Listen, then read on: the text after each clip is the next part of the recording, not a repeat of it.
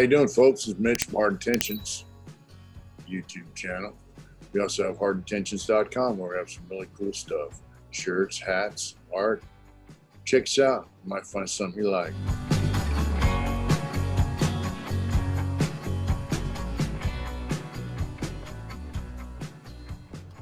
That's why they went to, now if they see you stabbing somebody, they will shoot you. But no more. They used to shoot you for fist fighting too, you know. Yeah. No, they just run in and break it up, you know. But I've seen them like at the walls, like guys be getting stabbed, you know, a couple guys stabbing somebody, and a guard just stand there. He's waiting for help, but he'll say, "Hey, can you put that down? You know, can you stop?" Really? Wow. Yeah. That's crazy. And if they don't stop, then when the other guards get there, you know, if he's by himself, he ain't going to jump in it, you know? Yeah. They don't carry pepper spray or nothing? They do now. And they also carry this fog-like stuff now that it got to where mace wouldn't bother me, you know? Yeah. But this fog stuff they got, that stuff almost, they sprayed some people in the gym one time, and I didn't think I was gonna make it out of the gym. I was coughing, tears running, you know. Yeah. I don't know what that stuff is, but that's some powerful stuff. Yeah. Yeah, it's you know, they have all kinds of crazy weapons that they can incapacitate you with. You know, the pepper spray got to where guys they say once you get sprayed once, the second time it ain't shit, you know. Right. You know, but so I guess they're going to something stronger now. Yeah. You know, I liked it when they used to shoot you, because if you had a beef with somebody, you could deal with it. It was like, well, once they quit shooting guys, then they started having riots all the fucking time. And, right. You know, like in Lancaster, you know, we had 120 guys jump on 11 white dudes. You know, it was fucked up, you know, but back when they used to shoot you for that shit, I mean, it had to be pretty serious for something like that to jump off, you know what I mean? But now it happens all the time. So do they have riots and all that kind of stuff out there? Riots, food strikes. The biggest riot they ever had happened way before my time. That was back in 1954. Yeah. Where they almost burned the prison down. But they have like race riots sometimes. They do. They've had a couple of those, and they've just had where like the whole yard will just start fighting, you know. Yeah. It's not really like a gang fight or anything. It may start out as that, but it's just like everybody's fighting, because when you see a bunch of people fighting and you got beef with somebody, now's the time to do it, you know. Yeah. So let me ask you, like, does everybody got a knife out there or what? Yeah, you got a piece ready, or when I was at the walls, I kept one. I mean, I had a metal one and I had a plastic one, because the plastic one is to get through metal detectors and shit, you know. Yeah. But you know, plexiglass is good for one hit shot, you know. Yeah. So like, when did it set in? Like, when did you really start thinking, you know, that you wanted to try to get out? Or, I mean, what was the deal? Did you get into like a routine? Like, hey, I'm doing life. I mean, you know how that's pretty cool. Well, you know how it is. Even if you're trying to stay out of trouble, you're going to get in trouble sooner or later, you know. Things just happen. But I never got involved in all the bullshit going out in the yard, you know. Yeah. I tried to stay from all that shit. But every time I went up for parole, I always had hope, you know, except for my first one. I knew they was going to turn me down. But in those after that, I always had hope. So I was trying to stay out of trouble, you know. I didn't want to get in a whole lot of trouble, you know, but yeah, I always had hope when I went up for parole, you know. Yeah. And the last one I went up, I was pretty sure I was going to get it just by the way they was talking. I wasn't even in there 5 minutes and they let me go. Yeah. Yeah. Hey, so Missouri did they go through a big tough on crime thing too? Like, what you mean? Well, like out here, they went through the tough on crime, 3 strikes, they built a bunch of prisons. Well, yeah, in Missouri, they like giving you a whole lot of time. It's not, Yeah. I don't think we got the 3 strikes and you're out. I heard about that, but But they did build out here, prisons and all that. yeah, they built more prisons and giving people with marijuana charges life sentences. It's crazy, you know. Yeah. So how is it now? Because out here it's the flip side. Now it just seems like they're letting everyone out. Well, we had the federal court step in and say they had to lower the prison population. So now just about everyone's getting out. And, it's pretty loose now. But Well, is it like things changing out there where you're at now, or what? a little bit on some things, but they still like giving people a lot of time unless they got a sex case. But for some reason, I don't know why them guys ain't getting a lot of time. But the Supreme Court passed this thing a few years back saying that juveniles sentenced to life sentences, life without, had to be given a chance for parole. Right. But Missouri said, "Oh, we ain't doing that." Well, all these prisoners went to court over it, and they won. And so Missouri says, "Okay, we can give you a parole hearing. Doesn't mean we have to give you parole." Yeah. Yeah. Missouri is I went to board 14 times before I got let out, and I actually 9 times I told them I wasn't going. So I yeah. had 23 board hearings. I had 6, Yeah, 14. Wow. yeah, and then 9 that I told them I'm not going. I said Yeah, you're not gonna let me out anyway, so I'm not going. And that's the way a partner of mine is here. He says, he goes, "What's the use of me going up?"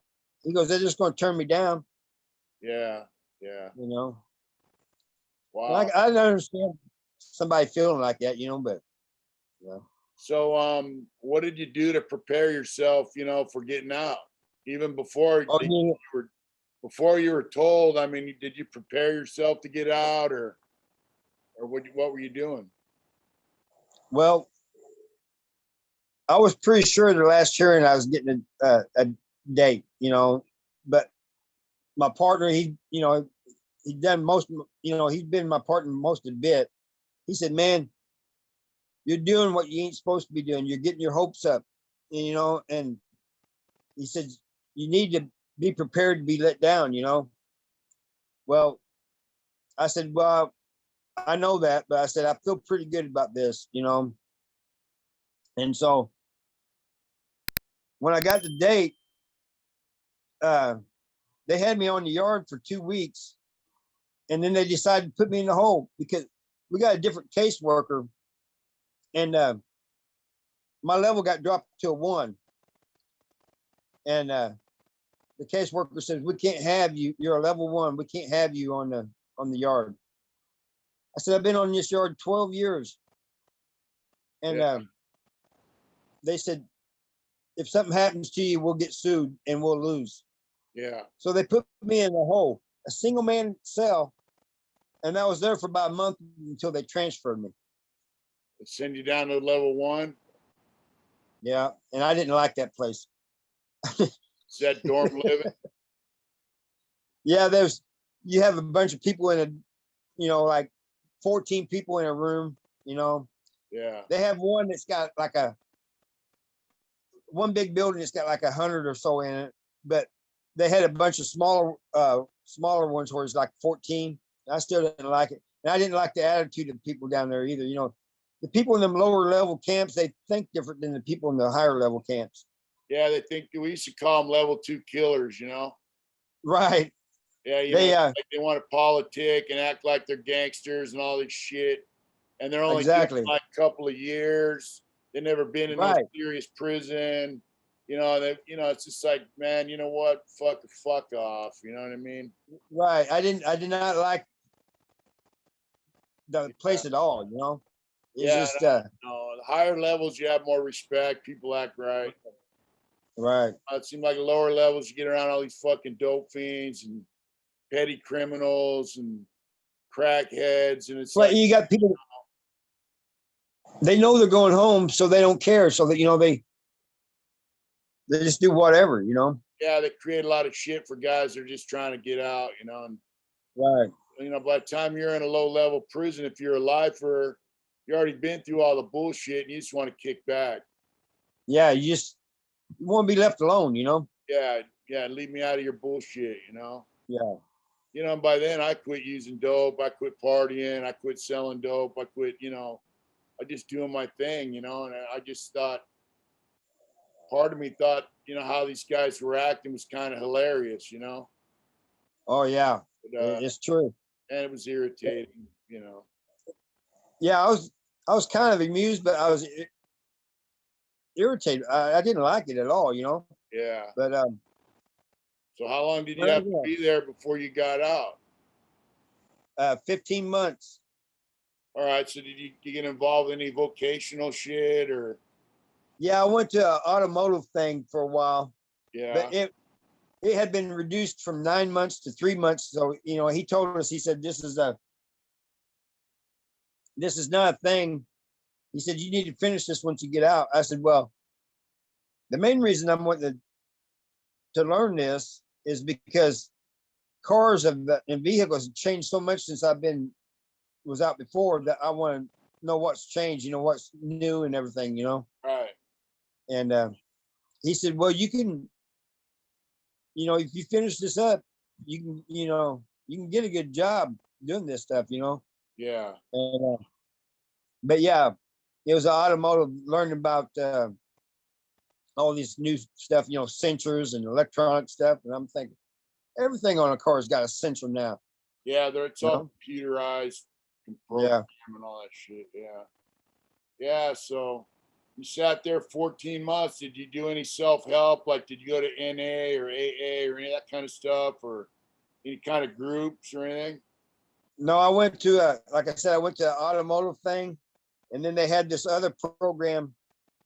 It was called like ESLS. It's like it's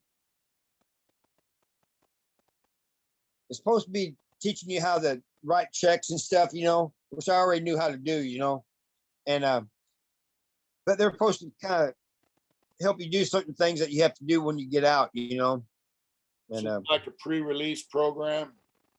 yeah, and it wasn't very long. Yeah. And one of the things that they told us,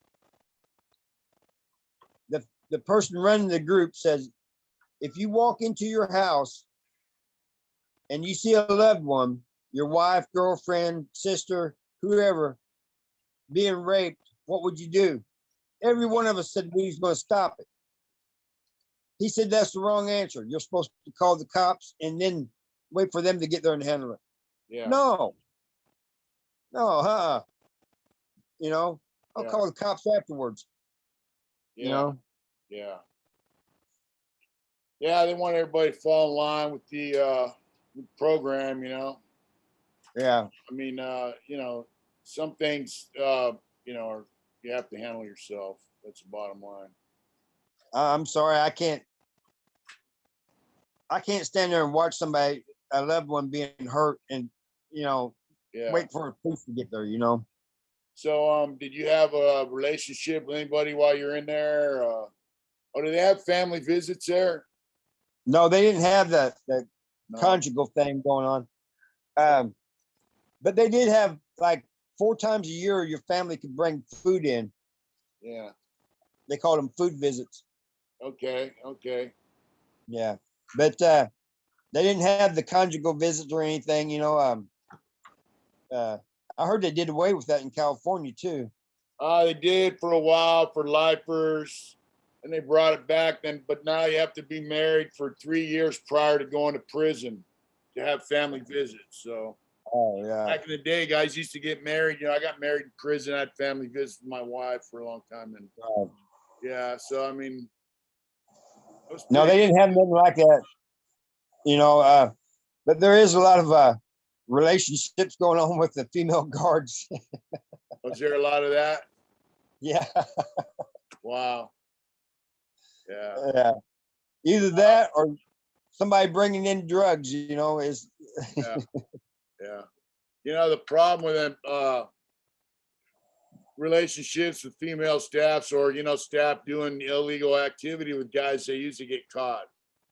every time they get caught. Yeah, you know, somebody gets jealous, they tell. Guys Yeah, get a little loose lip, they start bragging around like they're somebody because they got something going on. Somebody hears it, they tell, you know, never that's fails. how they.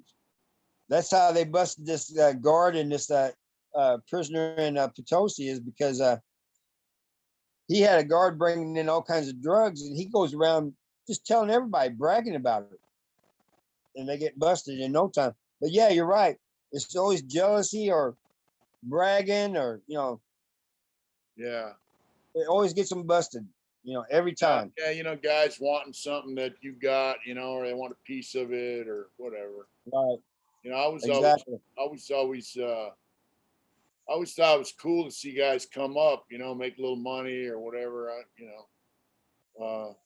Some guys just get jealous; they can't hang seeing somebody Right. Yeah. do good, you know. And there's a lot of that out here in the world too, you know. The same thing. Yeah. You know. You're living in a small environment with 1,000 guys or 1,500 guys, you know, or less, and they see drugs and they're dope fiends, you know, they want a piece of the pie and they don't want to pay for it, you know. Right. They think they should have a piece of that just because. That's true. I've seen fights over that. Stabbings over that because somebody's jealous. And Yeah.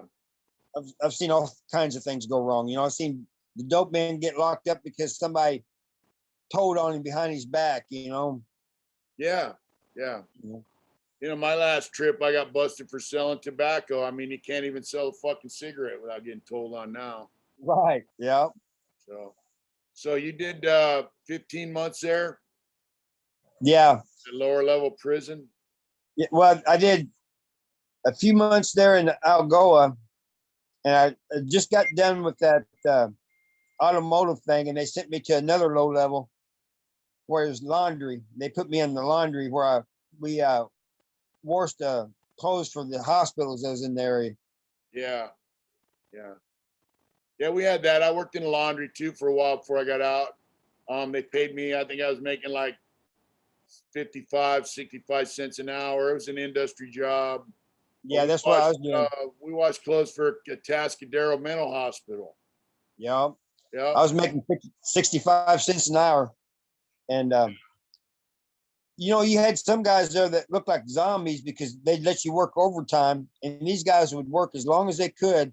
You see dark rings under their eyes. And Oh, yeah. Yeah. You know, yeah. I was in Corcoran. I worked in a wood factory. And one time I worked 12-hour shifts for 21 days straight, you know, but I enjoyed it. But Wow. it was hot. It was in the summer. Right. 110 degrees inside the building, but I didn't give a shit. It was a level 4 yard, so I was just glad to have a good job, make some money. Right. You know, there Yeah. are guys that are slaves to their little prison industry jobs, you know. Yeah. I always did it to get enough money to buy art supplies or whatever, you know. Yeah, it seems like it's better out there in California. You guys got better opportunities and stuff, Well, in some ways it's probably better, in other ways it's not. You know, they have a lot of programs or self-help. We have NAAA, you know, anger management, all that other shit, you know, substance abuse programs. They have vocational training, not as much as they used to. And at one point they took it all away and then they brought it back.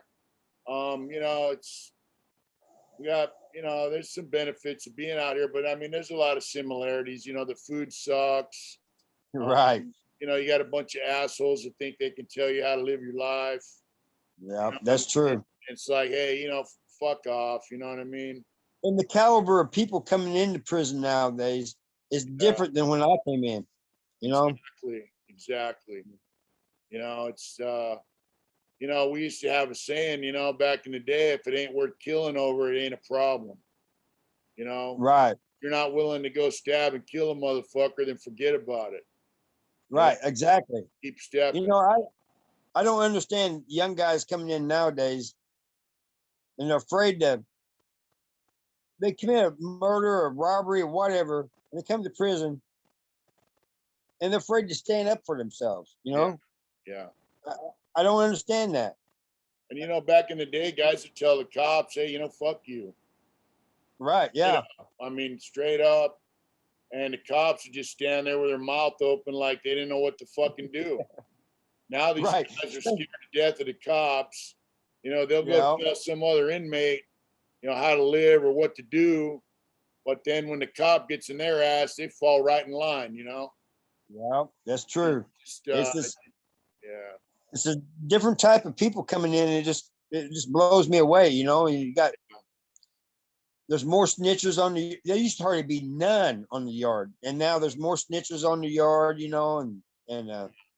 Oh, these guys want to play, but they don't want to pay, exactly. You got people checking in, but they ain't checking in. They'll run up and just hit somebody so they get locked up, and that's how they're getting off the yard. Yeah, we got some of that too, Yeah. I don't understand it. It's just weird, It's shit, Yeah. So did you know exactly when you were going to get out?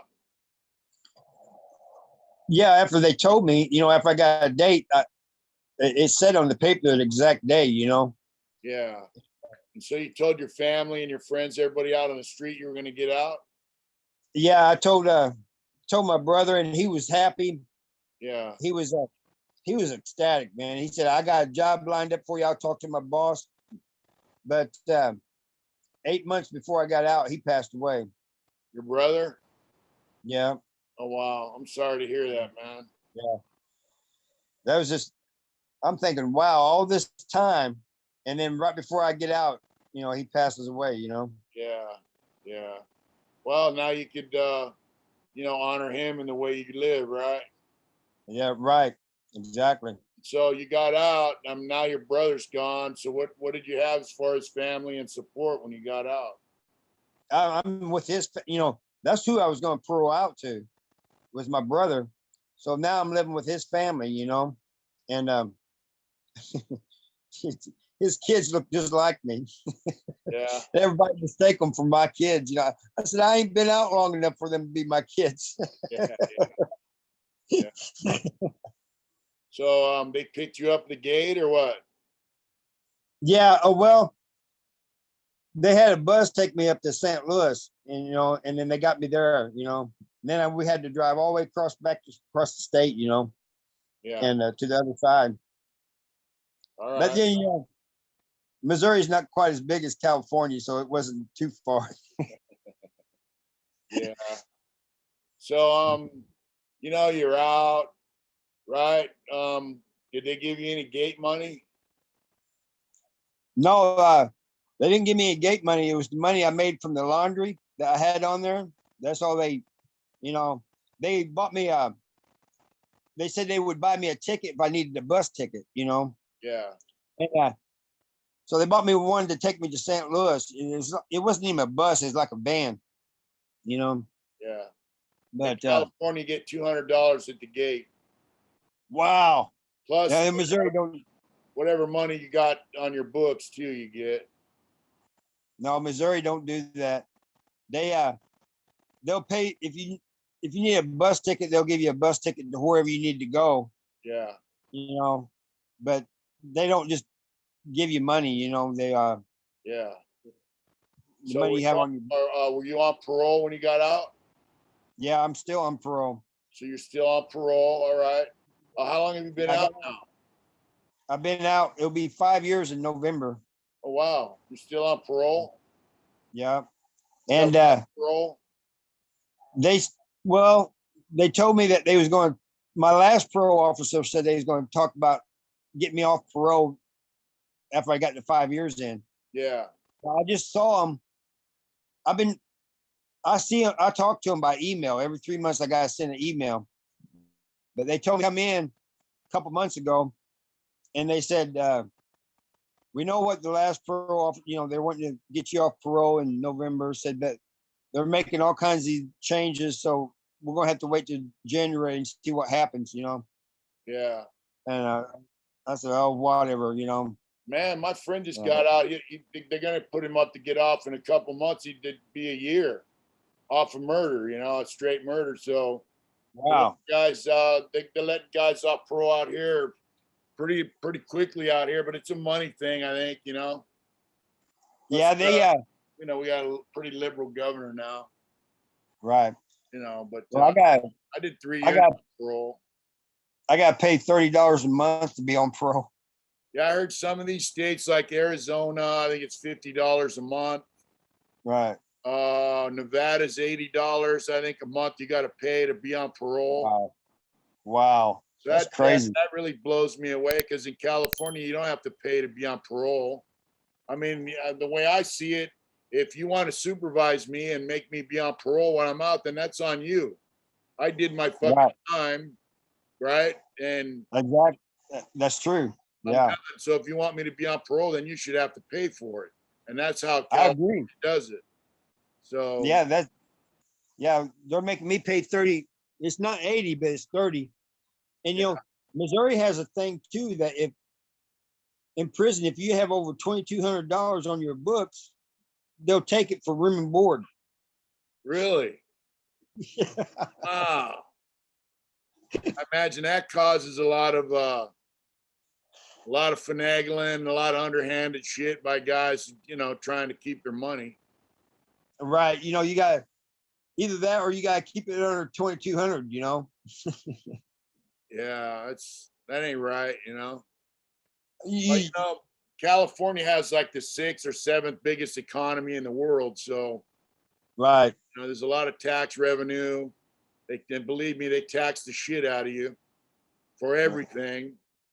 Yeah. My last I motorcycle heard there's cost me $125 a year to register. wow. I heard there's people that work in California but live in Nevada because it's cheaper to live in Nevada, but the pay's higher in California. Well, Nevada's pretty far away, I mean, like if you're gonna work in San Francisco and live in Nevada, that's like a 6-hour drive. So Right. Yeah, I couldn't be driving that far. It's 3 hours to Reno from here. And I know someone that lives in Reno. They go there on the weekends and they stay here during the week, but they make a lot of money. This person makes a lot of money. Right. Some of the prison guards in Donovan, which is in San Diego, they actually lived in Tijuana and worked at the prison in San Diego. Oh, wow. But I mean, that's kind of, whatever. California, man, you got guys that work and they're barely keeping a roof over their head, Wow. We have half the homeless people in the United States live in California. That's crazy. And most of them are drug addicts, Yeah. I work cleaning out homeless camps and we got 5,000 needles a month out of them camps. So, it's pretty bad. California's a shithole. It's a haven for homeless drug addicts. It's a tax revenue state. Gasoline's $5 a gallon in some places. My fucking motorcycle that I had was a 2004. It cost me $125 a year to register it. I had a 92 GMC pickup truck, cost me $220 a year to register. Wow. But California, it's rough, Yeah, well, you don't get paid as much working out here in Missouri as you do in California, but the housing and all that's cheaper, Yeah, you get to keep more of your money. That's good, Yeah. A lot of guys retire in California and move out of state, especially state employees, because they get retirement money from the state of California, plus their Social Security, so they could live pretty good in other states, Right. So when you got out, did you get a job? And it took me about. What are you doing now that you're out? I mean, you've been out 5 years. Obviously, you're doing something right. Well, I got out, and it took me about a year to get a job. Find somebody to hire me, and I worked for him for about a year and a half, and he had to let me go because of health reasons. I was having lung problems and blood pressure dropping and all this and that, and So now I work just around here, you know. Huh? Yeah, I work for my wife and I work for my neighbor, but I can't work out in the heat. Real, you know, the heat just my blood pressure drops, you know. I can't It's breathe. pretty hot there, man. It gets really humid too. Yeah, we got a lot of humidity out here, you know. Yeah, But tell me about it. but I have this lung disease. I found out I had this lung disease, sclerosis or something it's called. But that's probably from me smoking. Yeah. I don't know what happened with the blood pressure. I mean, it just drops like a rock when it's hot and humid. Yeah. But Hey, old age ain't for pussies, you know? yeah, but yeah, I had a great job. I couldn't have asked for a better boss. I mean, he was cool. Well, you think about doing your leather work? Yeah, I've been doing that. I've been selling stuff too. All right. Yeah. You Yeah, I know, got a whole bunch of tools and stuff. like that, you know? Yeah, that's what I do. I have a friend in Arizona that started doing leather work back in 1984, and he's still doing it now. Yeah, Out of his home, he does pretty good, you know? yeah, and it's fun, you know. He does a lot of holsters, knife sheaths. He made a Yeah. couple riding saddles that were pretty awesome. Yeah, I ain't done any of that, but I've done the knife sheaths, I've done belts, I've done wallets, Yeah. all things like that. Do you have a Yeah, and website or jewelry anything? box. Huh? You got a website or an Instagram or anything? No, I ain't got a website, but I need to get one. You got a Everybody tell. have Instagram? No, huh? Well, you're gonna have to get hooked up with some of that, mister. All right. Instagram will help you sell your stuff. Oh, all right. For real. It's really Yeah. easy to get on there. I mean, I did it myself without any help. So, you know, and I'm no computer genius. You see how hard it Right. was for me to get this Zoom meeting set up, you know?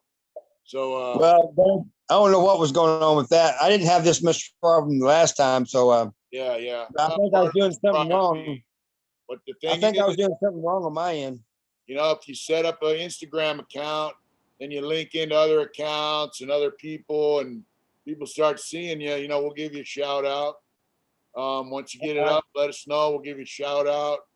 You know, like I said, you know, I like seeing people come up, man, especially if they Right. trying to come up legal. Right. Right. Exactly. Shout out, you know, and maybe get. And I love doing that leather work. I mean, that is just it's fun to me. Well, You my know? friend, back in '84, there was a guy had about $1,000 worth of leather tools, and then in '84, that was a lot. Yeah. And, he sold them to my friend for $100 worth of speed, and Wow. he never looked back. He's been tooling leather. He took shoe repair in prison. You know, he's just now he's got a room in his house. It's his leather room. Right. Got a 5-bedroom, you know, pad. It's like a manufactured home. One room has all his leather, and the other room is where he does his leather work. Right. That's his shot. You know, that's what he does. And he looks out over the desert out the window while he tools leather, and he's living good life. You know. Oh, that's cool. Yeah. He's got a good view and everything, huh? Yeah, yeah, and he sent me pictures like when it snows and whatever, and looking out his window, you know, out of his leather shop. And he inspired me to build this shed, so I got a place to do my artwork and tattoo, and you know, You got some badass artwork. You know, thank you. that's good. Especially like what you know, like what's right behind you there. Yeah, That's good work. that's a pencil drawing I did back in Soledad. You know, Oh wow. I would encourage you really to really set up shop and figure out how you can sell that stuff. You know, I mean, Yeah, most of it I've been doing locally, you know, but that's yeah, a good idea. you know, at least get an Instagram going. You know. Right. It doesn't cost anything, and you can network out from there, man. Right. You know. Yeah. So what else are you doing out? I give it a shot. What are you doing out in the world now besides, you know, a little work here and there? Well, like I said, the leather work and like I said, that's about it, you know. I'm trying not to pass out in the heat, you know. Yeah, yeah. I mean, you I, got a I second went to chance the in life, you know? but this heat and humidity sent me to the ER 3 times already. Oh, wow. And they're Yeah. not, can they tell you what's going on with that or what? Yeah, they think it's because I had a high sodium diet in prison and now I don't hardly have any sodium. Right. Um, Yeah, but they said I should be going you know, my body should be getting used to it again, but it doesn't seem to be doing that, you know. yeah, yeah. So, I mean, do you go to church? You do any of that kind of stuff? I was going to church for a while, but I haven't been in a while, you know. Yeah. But yeah. So now what about, now you say this guy was your cousin that was a victim of your crime, right? Right. So that means that you got family members that know about this stuff. Are, Right. are any of them upset with you or? They haven't really said anything since I've been out, you know, except for his sister contacted me and wanted to know why. And she, you know, nobody wants to hear that their brother is a child abuser or anything like that, you know. So Yeah, she didn't believe me, right? I said, look, I understand where you're at. You don't want to think that about him. I said, but right. that's what happened. And that's why I did it. That's the reason you know, Yeah, I, I can't make you believe otherwise, you know, you're going to believe what you want to believe. And, but she didn't want to believe that, you know, she just said, I want you to give me the real reason, you know, yeah. but, Well, I said, you know, I can't, you don't just step up and shoot your cousin for no reason. oh no, you know, Yeah, I told her that, you know, I yeah. said, I ain't going to shoot nobody for no reason, you know? You know, in the day and age when a lot of that stuff seems to be accepted by society, and we got guys like you know, Epstein and all these people that are connected to politicians, and you got the media making it seem like it's okay for kids to be with adults, and you know, there's still guys out here like, you know, you and I who, and other men that haven't had their nuts cut off. You know, we know it's not right, and It's not. you know, and they don't always get the punishment that they deserve from the courts. And you know, in your No, case, it was real personal thing. So when they do get caught, it's, well, at least in Missouri, it's not like they only get a few years, you know? yeah, yeah, and they get out and come back, and get out and come back. You know, Yeah. and they go to prisons where they get protected, and you know, Right. Yeah, they go, you know, some of the prisons in Missouri have their PC house, you know, so they go to PC, you know.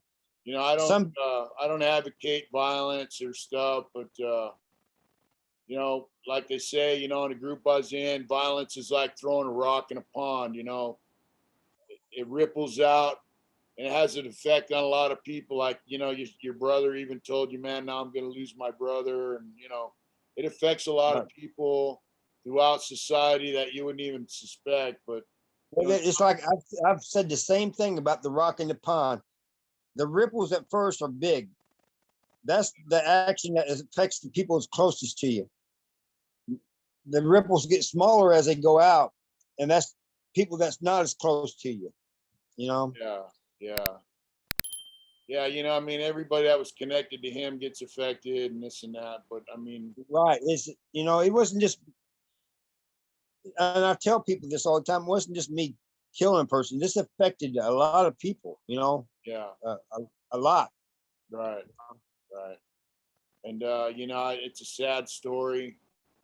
And I'm sorry you lost your brother. Um, obviously at a young age, you know. Uh, but like I said, you know, some of us know that shit's not right, and you know, I'm sorry you had to do an excessive amount of time for that. But now you're out. You know, it's done is done. Um, you know, some people will probably agree with your decision. Uh, you know, I'm glad you're a free man now. Uh, you know, hopefully you have a channel now. What's the name of your channel? Harvey Talks Prison. Yeah. And So, all right. and I also I talk to people on other platforms.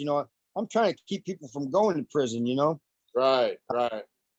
And I'm trying to tell ex-cons that get out, not to give up. Because so many of them give up when they get out. Yeah. A lot of them give up in there before they even make it out, and then when they get out, they have a harder time. Well, Right. I'm glad you're doing something positive. Yeah, I'm trying. Yeah. I mean, stick with it. It's just one step at a time. But Right. you're a free man. You got a second chance at life. So I mean, I always tell people, I don't have a lot of money, but I'm rich. That's right. That's true. I have some good friends. I have a good family and a great wife, and I That's got a important. motorcycle, and just life's good, man. That's right. It is. So yeah, anything you'd like to say before we wrap this up? And no, I think you pretty much covered everything. But yeah, I'm just going to keep talking to people and try to keep them from going, especially the young people, try to keep them from going to prison, Yeah. and I just don't want the ex-cons that are getting out, don't give up, Yeah. this, you may have a hard time getting a job. Somebody will hire you, sooner or Oh, later. yeah. Especially now, they got so many lazy bastards who don't want to work. Yeah. And, ex-cons are some of the hardest workers they are, Oh they'll yeah. work their ass off, Yeah. you know. As far If as you just youngsters understand. go, man, prison is not what other people try to make it out to be. Yeah, it's not like the movies or anything, No, and it's not Uh, like the war stories. These guys try to glamorize it, and they get out no, and they want to tell these kids, how it is, and it's really not. It's really not that. right. You're just gonna be a And it's miserable fuck, for years on end, living a it's bare true. existence. You live in a bare minimum existence, and Right. And there's nothing cool about prison. I don't care I don't know where these young people are getting this at. It's not cool being in prison, no, it's you not. know? And Yeah. no matter how tough you are, you're sitting in a prison cell while family members pass away, while your mom gets sick, while your mom and dad, There's your nothing family, you watching them get there's old. nothing you can do. There ain't a damn thing you can do about it. You can't Right. comfort them. You can't be there for them. And you lay up in that cell with that pain in your heart. It's That's not right. it's not good, man. In the same way with visits, yeah, you get a visit maybe once in a while, or even if you get it every weekend, it's always when they have to leave, you got that pain, Yep. you know? Yep. Yeah, it's nice to see him, but it's always hard to see him go. Exactly. And it's hard on them too, And then you sit there, and I used to sit there and think, man, especially after a family visit with my wife, and I think, man, I'm missing that, and I'm missing that Right. because of a decision I made. Right. I put Exactly. myself in prison, and they're suffering too because of my decision. So, Right. I mean, it's a multifaceted issue. So, My mom told me one time, she goes, you're not the only one doing this life sentence. We are too. yeah, And yeah. My wife you used know, to tell me, hey, when I'm sitting here visiting you, we have family visits, life's great, but then I got to go home and I'm alone. So, yeah, that's true. keep plugging away with your channel, get that message out there to them youngsters, and we'll give you a shout out. Get you an Instagram going for that leather work, bro. All right. I appreciate you, man. Yeah, I appreciate Yeah. you coming on. Have a good evening out there, brother. All right. Yeah. Thank It was you. good. Excellent. Thank you. Do it Yeah. hard.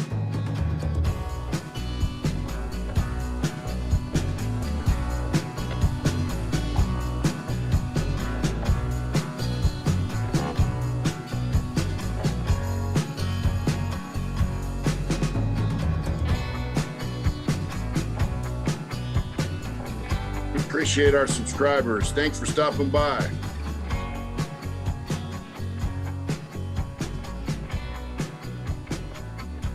Thank you for watching, folks. Visit us at HARDINTENTIONS.com.